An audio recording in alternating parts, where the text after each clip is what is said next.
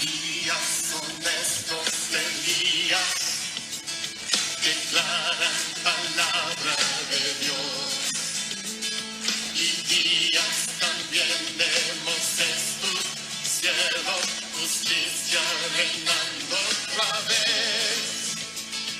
Y aunque libremos batallas, hambruna, carencia y dolor, aunque oyemos que el desierto clama, prepara el camino al Señor.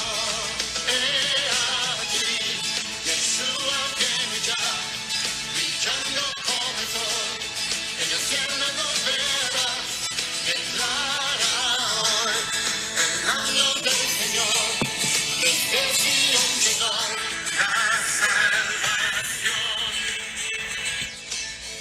Amén, amén, amén.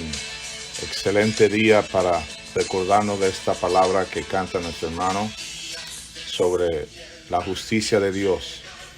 Y pues me alegra mucho poder llegar a ustedes por este medio y pues celebrar Shabbat, conmemorar Shabbat, guardar este día apartado para Dios. Y pues hoy día tenemos un buen tema. La palabra de hoy o la parashá es Shoftim, que quiere decir jueces. Y bueno, Dios es un Dios justo, pero también es un Dios que pronuncia juicio. Entonces, hoy vamos a estar viendo esto en el contexto de la palabra concerniente a este tema de jueces. Pero antes, hermanos, quisiera dejarles saber las citas que cubre esta porción, que son Deuteronomio 16, 18, del 21 al 9, y luego Isaías 51, 12 al 52, 12, luego Mateo 5, 38 al 42 y Mateo 18, 15 al 20.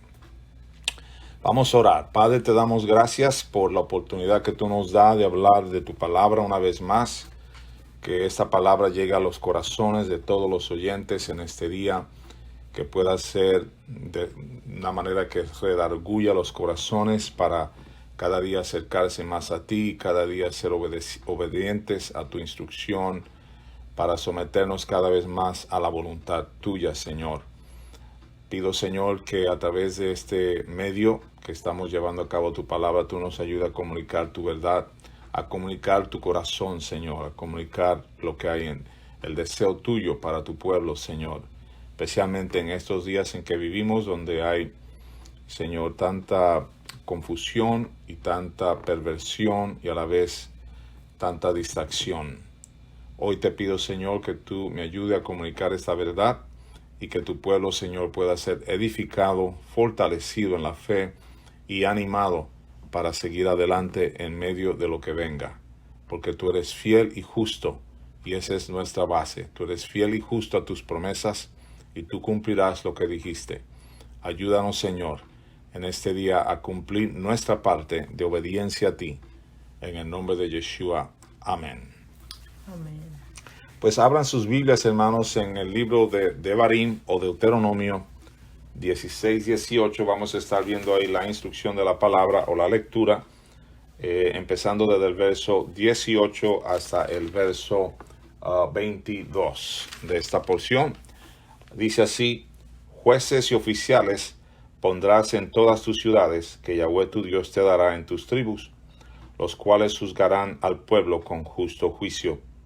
No tuerzas el derecho, no hagas acepción de personas, no tomes soborno, porque el soborno ciega los ojos de los sabios y pervierte las palabras de los justos. La justicia seguirás, para que vivas y heredes la tierra que Yahweh tu Dios te da. No plantarás ningún árbol para acera cerca del altar de Yahweh tu Dios, que tú te habrás hecho, ni te levantarás estatua, lo cual aborrece Yahweh tu Dios. Entonces esa es la base que voy a estar teniendo para hablar de esta palabra de hoy. Hoy en día, hermanos, si usted observa en su televisión o por la radio, como usted sea que ve las noticias, hay muchas protestas y está basado en lo que es supuestamente igualdad y armonía para la sociedad. Pero hoy yo les quiero decir que esa manera de que ellos buscan igualdad y armonía no es bíblica ni es de acuerdo al corazón de Dios. Cuando hablamos de la historia de Israel, hablamos de 4 etapas que Israel pasa. La etapa de los patriarcas, de los jueces, los reyes y los profetas. Hablando de la etapa de los jueces, definimos la palabra de hoy, shoftim, es la palabra que decir jueces, que es la forma plural de shafat, no Shabbat, sino shafat, S-H-A-P-H-A-T, que significa juzgar, gobernar y crear orden. Y esto es lo que Dios quiere, que a través de la justicia de Él, de la instrucción de Él que lleva la justicia, podamos nosotros habitar en el orden de Él y ser gobernados por esa palabra de Él, que lo que Él desea para nosotros es lo mejor. Y eso significa, hermano, que necesitamos ser gobernados por su palabra para poder caminar en el orden de Él, porque todo lo que Dios hizo siempre tenía un orden, aún en la creación. Cuando Él creó los cielos y la tierra y todo lo que está en la tierra y el hombre, lo creó con la idea de poder Él manifestar su deseo de su justicia a través de el orden que Él establece para que puedan ser gobernados por esa palabra que trae ese orden. Estos jueces se conocían como libertadores en las Escrituras. Si ustedes van conmigo al Salmo 89, 14, Leti, puedes ver ahí Salmo 89, 14. Vamos a ver, encontrar 4 columnas en el trono del juez. Importantes estas columnas para poder definir lo que cada vez que se juzga tiene que haber estas 4 columnas. Okay. Ahí vemos, si van conmigo a 89, Salmo 89, verso 14. Tu reino está construido sobre la verdad y la justicia, y el fiel amor y la lealtad marchan delante de ti. Okay. En mi Biblia así dice: justicia y juicio son el cimiento de tu trono. Misericordia y verdad van delante de tu rostro. Entonces, hermanos, hay 4 cosas aquí, columnas, que la vamos a repetir. Justicia, que en hebreo es Sedek. Juicio, que es Mishpat. Recuerden cuando oímos del nombre Melquisedec, estamos hablando de un nombre que conlleva justicia. Cuando hablamos de juicio, estamos hablando de los Mishpat. Cuando hablamos de misericordia, hablamos de Chesed, la misericordia de Yahweh. Y cuando hablamos de la verdad, hablamos de Emet. Entonces recuerden que Yeshua dijo: yo soy el camino, la verdad, el Emet, yo soy el camino, la verdad y la vida. Nadie va al Padre si no es por mí. Y mantengan eso en mente, porque al ratito voy a explicar un poquito lo que quería decir Jesús cuando Él dijo: yo soy la puerta. En Isaías 5:16 también podemos ir ahí, hermanos, donde dice que Yahweh de los ejércitos será exaltado en juicio y el Dios santo será santificado con justicia, es decir, Sedek. El propósito es promover la santidad de Yahweh y defender esa santidad. Es decir, la santidad, hermano, viene por la obediencia. Eso es lo que es, cuando yo obedezco, yo opero en la santidad de Dios. Cuando yo desobedezco, yo me salgo de promover la santidad de Dios. Vamos a definir el concepto de justicia social. Hay 2 conceptos, hermanos, que vamos a definir hoy, que es la mente occidental y la mente oriental. La meta de la justicia social occidental es igualdad y armonía. Y ellos quieren igualdad y armonía a todo precio, aunque se viole la Torá, aunque se pervierta los valores de la sociedad. Muchos lo que se buscan es una justicia para todos, igualdad y armonía para todos. Pero acabamos de leer aquí en Deuteronomio, hermanos, que si tú buscas la armonía y la igualdad, sobornando, como dice aquí en el verso, haciendo acepción de personas, este tipo de actitud pervierte la ley, aún la ley de una nación. Cuando hay soborno, cuando tuerces el derecho, cuando haces acepción de personas, entonces se pervierte el derecho, se pervierte el propósito por el cual tú estás clamando de justicia, igualdad, armonía. O sea, justicia que equivale a igualdad y armonía. Pero en la mente oriental, mente de Torah y el Rey nuestro, la meta de justicia social es establecer la santidad de Yahweh y que se distinga en la sociedad al que sirve o no sirve a Yahweh. Hay personas rebeldes que empieza a señalar a los creyentes que trabajamos en pro de los valores de familia, que vienen lo que tenemos, que lo que tenemos es una agenda religiosa de odio, o no entienden que nosotros que creemos en Yeshua, nuestro Mesías, no estamos en la agenda de guardar una justicia de igualdad y armonía. Lo que pasa, hermano, es que no podemos pensar como piensa la mente occidental en lo que concierne a cómo llegar a la meta de igualdad y armonía. ¿Por qué? Porque lo que sucede es que a ellos no les importa si violan los derechos tuyos, a ellos no les importa si violan tus valores, a ellos no les importa lo que tú crees de Dios. La cuestión es que igualdad y armonía se lleve a cabo, pero jamás se va a llevar a cabo igualdad y armonía porque tú estás violando los derechos de otros, estás violando la oportunidad de esa persona a manifestar lo que cree. Entonces, eso no es igualdad, nunca va a llegar a igualdad y armonía, porque a estas personas no le importa el precio que tenga que llevarse a cabo para que esa agenda se lleve a cabo. Nuestra meta, entonces, como repito, es establecer la santidad de nuestro Rey Yahweh Dios. Y aquí donde vemos la diferencia con la justicia occidental que busca igualdad y armonía, no importa el costo. Muy diferente, hermanos, a la meta social oriental que busca establecer esta santidad del Señor. La importancia de las puertas vamos a verla hoy, hermanos, en la ciudad, porque de ahí, hermanos, es donde se hacían muchas cosas que tenían que ver con contratos, con acuerdos, con ceremonias, aún en esas puertas principales de la ciudad, era donde también la gente podía tener como un tipo de lugar donde podían vender sus cosas. Había muchas razones por la puerta de la ciudad, y ahí también es donde estaban los jueces y estaban también las personas que trabajaban en el templo, aún como los levitas, porque recuerden que la ley de Dios era la ley preeminente. No es como ahora que se separa la ley de Dios a la ley de una constitución de una nación, por ejemplo, hablando de este país, donde se separa eso de lo que es la constitución de ese país. Pero en estos tiempos, hermanos, que hablamos bíblicos, la ley de Dios era preeminente en el pueblo de Dios y era la que, por la manera en que se juzgaba y se hacía justicia. Ahora, vayan conmigo al libro de Juan, capítulo 10, verso 9, Leti. Juan 10, 9.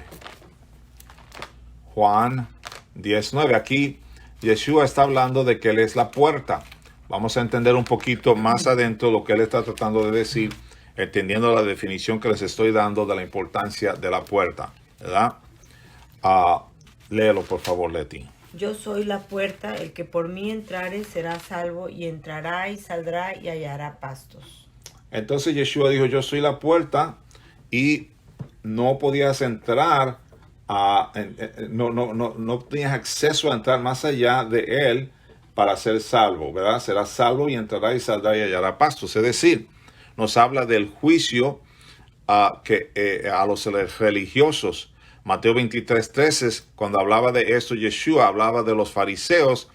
Dice él, ay de vosotros escribas y fariseos, hipócritas, que cerráis el reino de los cielos delante de los hombres, pues ni entráis vosotros ni dejáis entrar a los que están entrando. Es decir, que había unos estorbos a que gente pudiera entrar y poder participar de lo que es ser salvo, de poder participar de lo que es parte de ser ciudadano del reino, porque los fariseos estaban ahí estorbando y tratando de añadirle a la Torá de Dios, a la instrucción de Dios, leyes o cargas que ellos mismos no podían llevar y las querían poner sobre la gente. Entonces, cuando Yeshua dice yo soy la puerta, está diciendo yo soy el juez, yo soy el justo juez, yo soy el que puedo discernir, porque hay una parte aquí que es discernimiento, discernir lo que está en el corazón del hombre, para venir y exponerlo y decirle, ¿sabes qué? En el caso de los fariseos, ustedes lo que están es estorbando que mi pueblo pueda entrar y disfrutar de lo que yo ofrezco como hijo de Dios.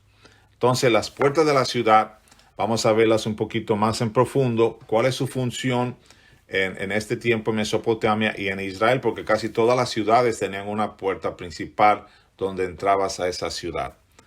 Las puertas nos indican, primero, dónde se celebraban las reuniones, donde un grupo de ancianos o jueces estaban para decidir o juzgar quejas de los ciudadanos. Vámonos, Leti, a Génesis 22:17, lo que Yahweh Dios le promete a Abraham concerniente a las puertas de sus enemigos. 27 que 22:17. a 22.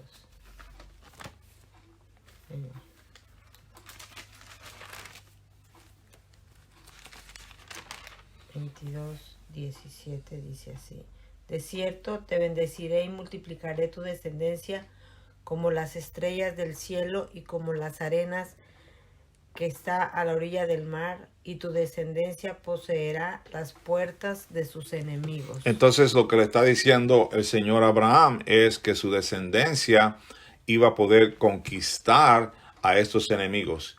Iba a darle las puertas de la ciudad de su enemigo para que él supiera que lo que le había prometido no nada más de que su descendencia sería como las estrellas del cielo y la arena del mar, sino que además de eso, él les iba a entregar las puertas de la ciudad de sus enemigos.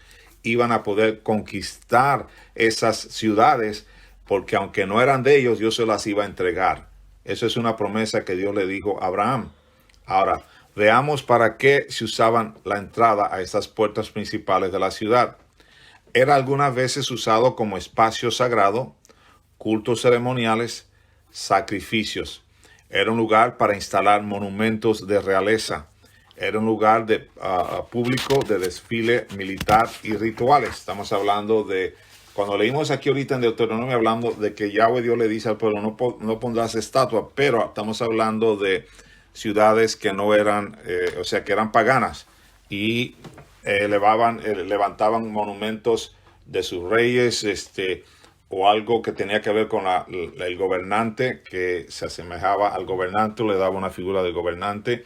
No así en las ciudades que luego el pueblo, en la ciudad del pueblo de Dios. Era muy diferente a las ciudades paganas que sí hacían esto. Vamos a seguir hablando de lo que se hacía en estas puertas. Era un lugar donde hablaba el rey, era un lugar para asamblea pública y era un lugar de actividades judiciales, juicios, litigaciones, acuerdos legales, publicaciones de decisiones de la corte y documentos legales. Era un lugar donde llevaban a cabo ejecuciones también legales, y también era un lugar de mercado, y por último era un lugar de control. Es decir, todo estaba, la ciudad estaba bajo el control de la puerta principal. Nada entraba a la ciudad si no era por medio de esa puerta. Ahora, una de las cosas que vamos a estar viendo, hermanos, es que cuando hablamos de la puerta, en otras palabras, estamos hablando del que controla la ciudad. O sea, el que controla la puerta, controla la ciudad. Y vamos a ver que Israel pasó por un tiempo, y ya muchas veces lo vemos en las escrituras, el ciclo de apostasía y redención. Es decir, vamos a ver lo que le pasaba a Israel en este ciclo, que son 4 básicos puntos en este ciclo. El primer ciclo era que pecaban, es decir, empezaban a adorar a falsos dioses. Luego venían a ser esclavos o siervos de sus enemigos. Luego el pueblo suplicaba a Dios que los liberara, y Dios tenía misericordia de ellos y los liberaba. Y por último les daba salvación o liberación a través de jueces puestos por Dios. Entonces podemos ver este ciclo de apostasía que pasaba el pueblo para poder llegar a la redención. Pecaban, se hacían siervos de sus enemigos, luego lloraban, gemían, suplicaban a Dios. Dios entonces los salvaba de sus enemigos y otra vez los ponía en libertad. Ese ciclo lo vamos a ver a través de las Escrituras, hermanos. Y Israel muchas veces hizo lo malo en los ojos de Dios y casi siempre el primer pecado que Dios detestaba era el pecado de la idolatría, o sea, del adulterio espiritual, que es la idolatría. Israel hace lo malo en los ojos de Dios. Dios permite al enemigo que ataque y venza a Israel. Israel luego es oprimido. Israel clama a Dios. Dios lo levanta otro libertador. El libertador lucha y vence al enemigo. Israel es liberado. Israel entra en paz, que quiere decir que entraba en prosperidad, en bendición. Los enemigos no lo podían atacar. Pero Israel llegaba a un punto que olvidaba a Dios otra vez. Entonces, ese olvidar a Dios, hermanos, es lo que llamamos equivalente a negligencia. Cuando definimos la palabra olvidar, estamos hablando de una negligencia del pueblo. La tendencia que cuando todo iba bien, Israel volvía a pecar y a ir en pos de dioses ajenos. Vamos a leer Proverbios, Leti, 12:24. Vayan conmigo, hermanos, a Proverbios 12:24 y vean esta palabra ahí que dice el proverbista Salomón. La mano de los diligentes señoreará, mas la negligencia será tributaria. ¿Lo repites, por favor? La mano de los diligentes señoreará, mas la negligencia será tributaria. Eso de que la negligencia será tributaria tiene que ver, o ponerlo en otras palabras, decir, tendrá un costo. Tendrá un costo. Cuando tú eres negligente en algo, siempre hay un costo fuerte. En otra versión dice, el que trabaja duro se convertirá en líder, pero el perezoso siempre estará esclavizado. Ándale. Entonces, ese es el punto, hermano, que cuando tú tienes negligencia, caes en ¿qué? La esclavitud. Sí, nunca prosperas. No prosperas. Entonces, la tendencia era que esto era una tendencia que tenía el pueblo de Israel, que caía en negligencia y volvían a pecar y ahí se en pos de dioses ajenos porque no tenían la disciplina que habla al principio. La mano de los diligentes señoreará, o sea, no eran diligentes en guardar la instrucción de Dios. Este ciclo es el mismo ciclo que tú y yo hemos pasado. La enseñanza para nosotros es romper este ciclo en nuestra vida. Vamos a leer el Salmo 103, que es un salmo que yo sé que ustedes lo han oído muchas veces, pero mientras yo meditaba en esa palabra, el Señor me recordó del Salmo 103, desde el verso 1 al 11, para recordarnos, hermanos, de la importancia de cómo rompemos este ciclo de negligencia. Bendice, alma mía, a Yahweh y no olvides ninguno de sus beneficios. Bendice, alma mía, a Yahweh y bendiga todo mi ser su santo nombre. Bendice, alma mía, a Yahweh y no olvides ninguno de sus beneficios. Él es quien perdona todas tus iniquidades, el que sana todas tus dolencias, el que rescata del hoyo tu vida, el que te corona de favores y misericordias, el que sacia de bien tu boca, de modo que te rejuvenezcas como el águila. Yahweh es el que hace justicia y derecho a todos los que padecen violencia. Sus caminos notificó a Moisés y a los hijos de Israel sus obras. Misericordioso y clemente es Yahweh, lento para la ira y grande en misericordia. No contenderá para siempre, ni para siempre guardará el enojo. No ha hecho con nosotros conforme a nuestras iniquidades, ni nos ha pagado conforme a nuestros pecados. Porque como la altura de los cielos sobre la tierra, engrandeció su misericordia sobre los que le temen. Ese último verso está tremendo. O sea, el mantenerte en el temor de Yahweh Dios no permite que tú te olvides. Recuerden ahí en el verso 2 dice, bendice alma mía Yahweh y no olvides ninguno de sus beneficios. O sea, no seas negligente de lo que Dios ha hecho por ti.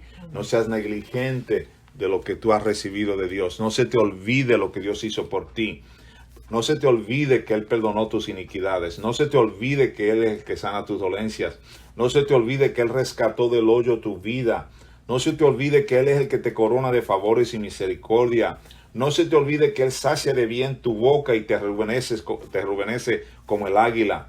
Él es el que hace justicia, de eso estamos hablando hoy. Él es el que hace justicia y derecho a todos los que padecen violencia.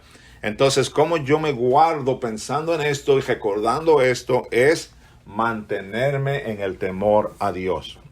Otra manera de romper este ciclo es la obediencia a su palabra. Recordando la palabra shafat, que es la que definimos como lo que significa juzgar, gobernar, crear orden. Entonces, se debe aplicar. ¿Cómo yo puedo hacer esto, hermano? Empezando con nosotros como cabeza de familia. La cabeza de la familia es el que debe funcionar como juez, estableciendo el orden de Dios, gobernados por su palabra, no ser negligentes en cumplir lo que Dios pide de nosotros. Vámonos a Proverbios 12, Leti, 26 al 28. Practique esto en su casa, hermano, porque de esta manera la descendencia tuya también va a recordar estas palabras que tú le dejaste ver en su corazón y se la estableciste, que era lo que iba a gobernar su vida y ordenar su vida. El justo sirve de guía a su prójimo, mas el camino de los impíos les hace errar. El indolente ni aun asará lo que ha cazado, pero haber precioso del hombre es la diligencia. Haber precioso del hombre es la diligencia. En el camino de la justicia está la vida, y en sus caminos no hay muerte. Otra vez lo vemos aquí, hermanos. El justo sirve de guía a su prójimo, hablando de justicia. El que opera en la justicia de Dios es un justo. El justo sirve de guía a su prójimo, mas el camino de los impíos le hace errar. ¿Cuándo es que el camino de los impíos? Es el camino de la desobediencia. Es el camino donde no te mantienes en el temor a Dios y te olvidas de la instrucción de Dios. El verso 27, el indolente ni aun asará lo que ha cazado, pero haber precioso del hombre es la diligencia, mantenerte. Como le decía Yahweh a Josué, medita de día y de noche en esta palabra. Esta versión dice, el justo sirve de guía a su prójimo, pero los malvados pierden el camino. El cazador perezoso no alcanza presa, pero el diligente alcanza grandes riquezas. El camino de la justicia lleva a la vida, el de la imprudencia lleva a la muerte. ¿Y cuándo somos imprudentes? Cuando no guardamos su instrucción, cuando no nos mantenemos en el temor a Dios, porque el temor a Dios te guarda de obedecer. Es lo que hace el temor a Dios. El temor a Dios no es para que tengas miedo. El temor a Dios de su palabra es para que te guardes en esa palabra, obedeciéndola, para que puedas ser prosperado, ¿verdad? Para que la sanidad de Dios venga a tu vida. Y en el camino de la justicia está la vida, y en sus caminos no hay muerte. Ok, hermanos, vamos a seguir en Deuteronomio 13, Leti, 1 al 3. Deuteronomio 13, vamos ahí, hermanos, a esta palabra en Deuteronomio 13 y vea lo que está hablando aquí sobre la persona que ama a Dios con todo su corazón. ¿Qué es lo que debe de suceder? ¿Del 1 al qué? Perdón. Primero, antes de Leti, tú leer ahí, la pregunta que tenemos que hacer es, ¿cuál es la razón de la prueba que envía Dios? ¿Cuál es la razón de la prueba que envía Dios? Primero, respondiendo a esa pregunta, para ver si de verdad van a obedecer aún en la adversidad. El que obedecía en la adversidad, ese era el que era honrado. Ok. 13 del 1 al 3, de Deuteronomio de Barim. Cuando se levantare en medio de ti profeta o soñador de sueños, y te anunciare señal o prodigios, y si se cumpliere la señal o prodigios que él te anunció diciendo, vamos en pos de dioses ajenos que no conociste y sirvámosle, no darás oído a las palabras de tal profeta, ni al tal soñador de sueños, porque vuestro Yahweh, vuestro Dios, os está probando, para saber si amáis a Yahweh vuestro Dios con todo vuestro corazón y con toda vuestra alma. Amén. Entonces vemos aquí en el verso 3, dice, porque Yahweh vuestro Dios está, ¿qué? Probando para saber si amáis a Yahweh vuestro Dios con todo vuestro corazón y con toda vuestra alma. Esto es clave, hermano, que tú ames a la palabra de Dios. A través de amar esa palabra, tú amas a Dios con todo tu corazón y con toda tu alma. En Jueces, hermano, capítulo 3, verso 1 al 4, vemos aquí a Israel regresando a Egipto en un sentido de lo que es pagano, lo que es en contra del deseo de Dios para ellos, en contra de la voluntad de Dios. ¿Cuál? Jueces, capítulo 3, del 1 al 4 de Jueces. Vayan ahí, apunten esta cita si no está cerca ahí de una Biblia, pero les recomiendo que lean estas citas, hermano, que les estoy dando. Yo voy a estar leyendo ahorita de Jueces 3, del 1 al 10. Pues empezamos con los primeros 4 versos, Leti. Estas pues son las naciones que dejó Yahweh para probar con ellas a Israel, a todos aquellos que no habían conocido todas las guerras de Canaán, solamente para que el linaje de los hijos de Israel conociese la guerra, para que la enseñasen a los que antes no la habían conocido. Los 5 príncipes de los filisteos, todos los cananeos, los sidonios y los heveos, que habitaban en el monte Líbano, desde el monte de Baal Hermón hasta llegar a Amat.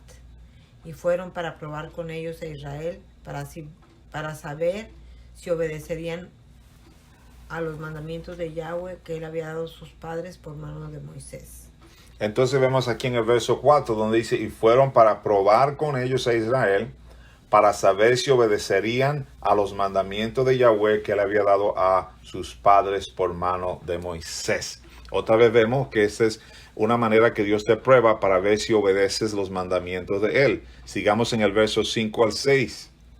Así los hijos de Israel habitaban entre los cananeos, heteos, amorreos, fereceos, heveos y jebuseos, y tomaron de sus hijas por mujeres y dieron sus hijas a los hijos de ellos y sirvieron a sus dioses.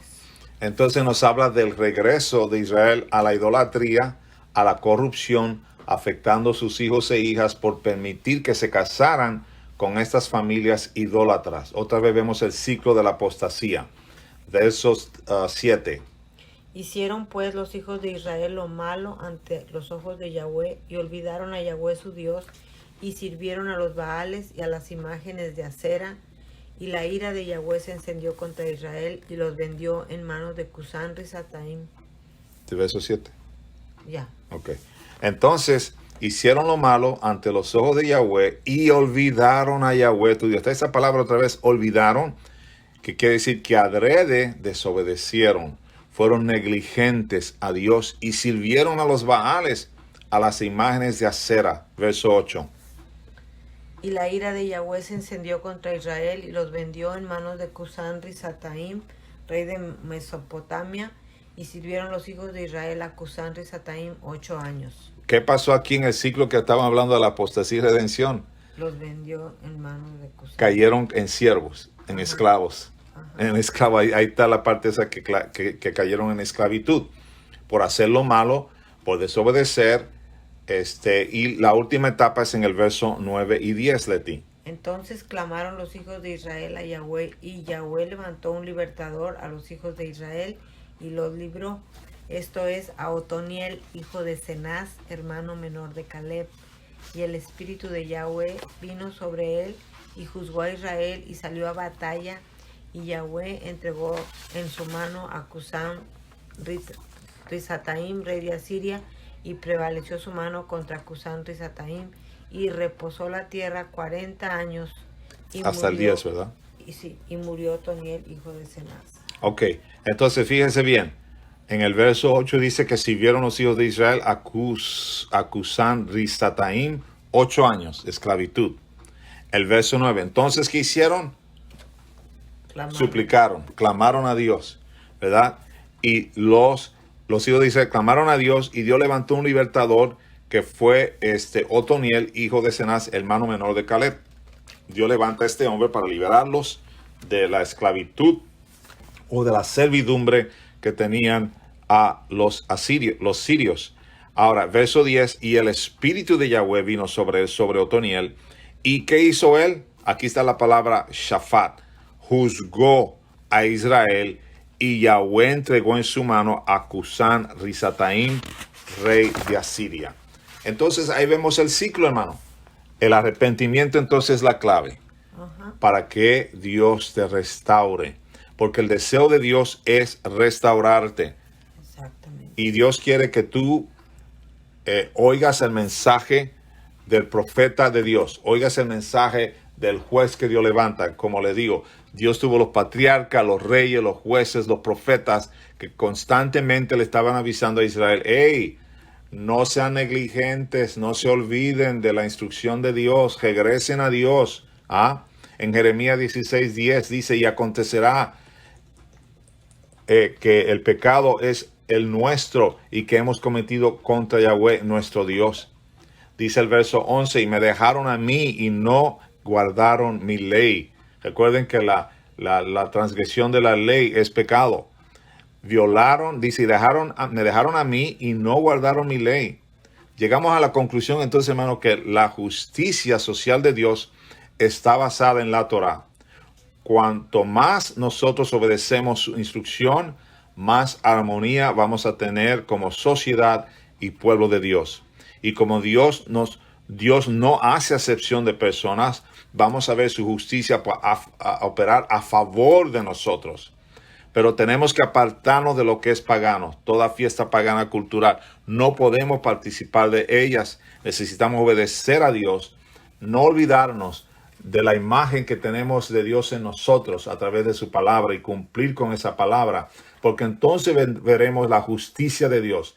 Veremos que Dios es un Dios justo y que es un Dios equitativo y que es un Dios que nos da la paz, porque la armonía, hermano, viene a través de la paz, a través de mi obediencia a su palabra.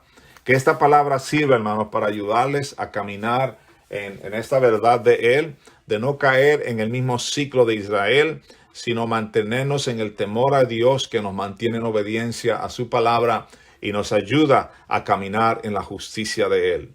Dios me los bendiga en esta tarde, que la presencia de Dios esté con ustedes, que puedan disfrutar de esta palabra y verla manifestarse en sus propias vidas y en sus familias. Los dejo con la bendición sacerdotal, hermanos, esperando que así se cumpla como esta palabra lo dice, esta bendición sobre ustedes. Yahweh te bendiga y te guarde. Yahweh haga resplandecer su rostro sobre ti y tenga de ti misericordia. Yahweh alce sobre ti su rostro y ponga en ti su shalom. Muchas gracias, hermanos, por escucharme. Que el Señor los bendiga y los guarde. Que sean benditos. Y si tienen algún testimonio en la semana, déjanos saber lo que Dios está haciendo con usted y su familia. En el nombre de Yeshua. Amén.